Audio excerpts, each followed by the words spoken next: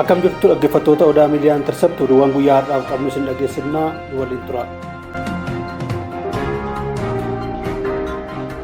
Raayyaan ittisa biyyaa waraana ABO irratti tarkaanfii keessa deebii hin qabne fudhadheera jedhe.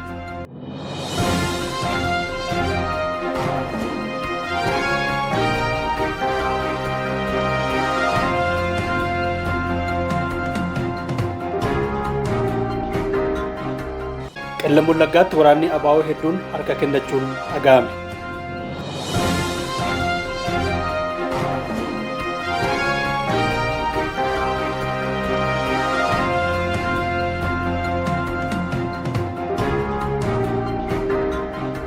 Faannoon Amaaraa qabsoof bosona gale gara uummataatti akka deebi'uuf mootummaa kadhachaa jiru jedhame.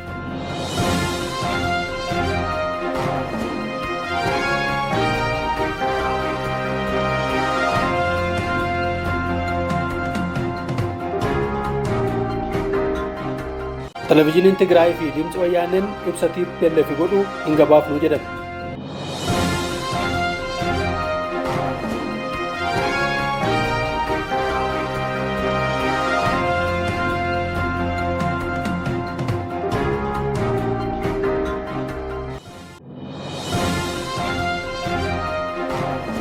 Dhaggeeffattoota keenya amma immoo oduu bal'inaan isin dhageessuutti dabarraatii waliin ta'a.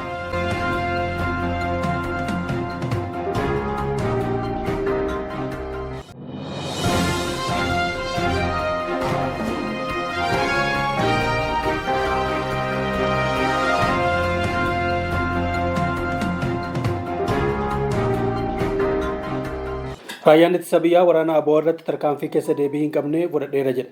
Raayyaan ittisa biyyaa Iizii Lixaa waraana ABO nageenyummaa uummataa booressaa turan irratti tarkaanfii keessa deebii hin qabne fudhadheera jechuun miidiyaaf ibsa kenneera. Waraanni ABO karaa nagaatiin harka kennatee uummatatti akka makamuuf hedduu obsineerraaf jedhan Birgaadeer Jeneraal Amaaree Baayitaa. Waraanni ABO garuu carraa kennameefitti fayyadamuu diduun lubbuu namaa, qabeenya uummataa fi dinagdee biyyaa irratti miidhaa hangana hin jedhamne waan qaqqabsiiseef tarkaanfii hanga dhumaatti barbadeessuu irratti fudhataa jirra jechuun Birgaadeer Jeneraal kun himaniiru.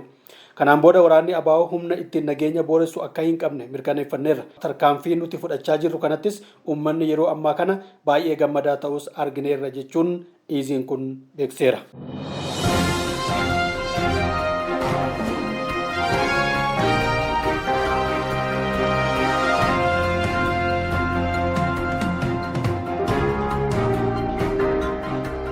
Qellem Wallaggaatti waraanni ABO hedduun harka kennachuun dhaga'ame. Godina Qellem Wallaggaa aanaa Anfiloo Girjillaatti waraanni ABO hedduun booji'amuu jiraattonni godinichaa odeeffannoo bilbilaan nuu kennaniiru.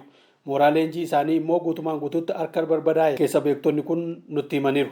Godina Wallagga Lixaa aanaa Boojii Birmajiittis waraanni ABO lakkoofsaan hedduu ta'an waraana mootummaan barbadaa'uu isaanii uummanni naannoo sana jiraatan odeeffannoo ni kennaniiru. Meeshaa waraanaa humnoon waraana ABO itti fayyadamaa ture hedduun isaa booji'amuun galii taasifamuu qondaalli olaanaan raayyaa ittisa biyyaa himaniiru.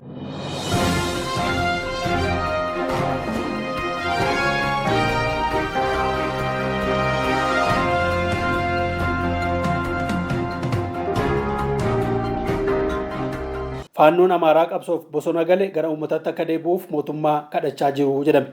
Faannoon qabsoo uummata Amaaraa maqaa dhaachuun bosona gale qabsicha dhiisee uummatatti akka deebi'uuf mootummaa kadhachaa jiraachuu uummanni godinaalee Gojjamii fi Gondar tokko tokko dubbifnee odeeffannoo nuuf kennaniiru.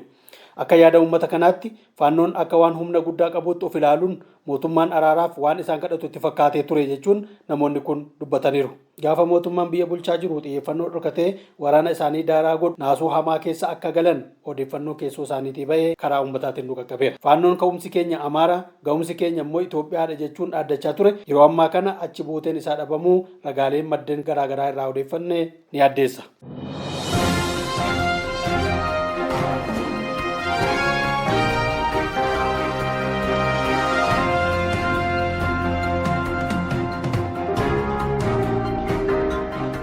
Televezyiiniin Tigraay fi Dimtsi Wayyaaneen ibsa TPLF godhu hin gabaafnu jedhan. Miidiyaan Dimtsi Wayyaanee fi Televezyiinii Tigraay erga hundaa'anii eegalee hanga har'aatti baajata naannoo Tigraayin kan fayyadamaa jiran ibsa TPLF hin gabaafnu jechuun isaanii dhaga'ame.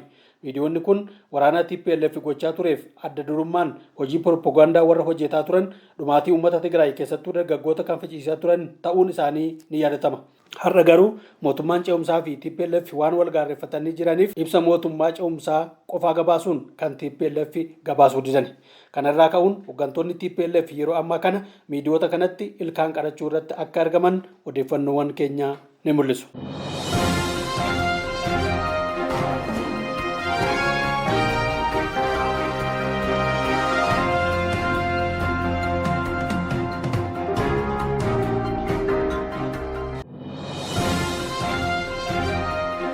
Gara dhaggeeffattoota keenya oduuwwan guyyaa har'aaf qabanne kanuma guyyaa borii oduuwwan biroon kan wal agarru ta'aatii nagaan yoo tura.